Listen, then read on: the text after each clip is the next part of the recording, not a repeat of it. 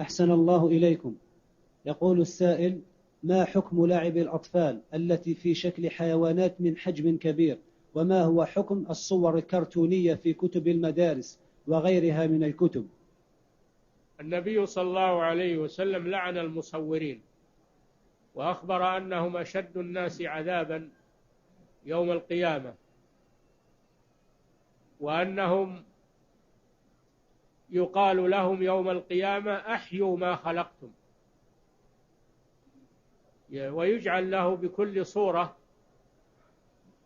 يوم القيامة، يكلفون أن ينفخوا الروح في هذه الصور، وليسوا بنافخ الروح، لأن هذا من شأن الله عز وجل، لكن هذا من باب التعذيب والتعجيز لهم. يقال لهم: أحيوا ما خلقتم. ومن صور صورة في الدنيا كلف أن ينفخ فيها الروح يوم القيامة وليس بنافخ، ويجعل له بكل صورة صورها نفس يعذب بها في جهنم. تصوير خطره شديد، لا يجوز للإنسان أنه يحترف التصوير أو يبيع الصور. بيعها حرام وشراؤها حرام، وجعلها في البيوت حرام.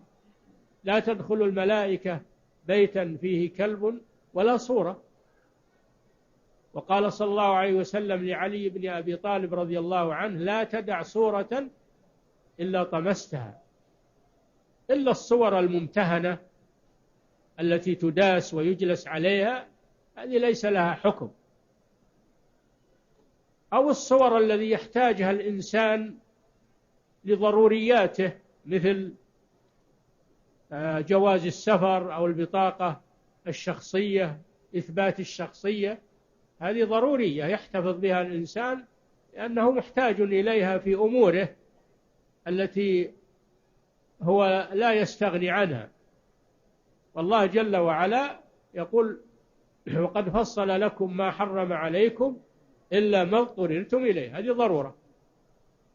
أما اختيار الصور في الاختيار من غير ضرورة، بل من باب الفن أو من باب الذكريات، هذا لا يجوز الاحتفاظ بالصور، سواء للأطفال أو لغير الأطفال، ما دامت إنها صور حيوانات أو صور آدميين. كل ما فيه روح لا يجوز تصويره، ولا يجوز استعمال صورته للأطفال ولا لغيرهم. نعم.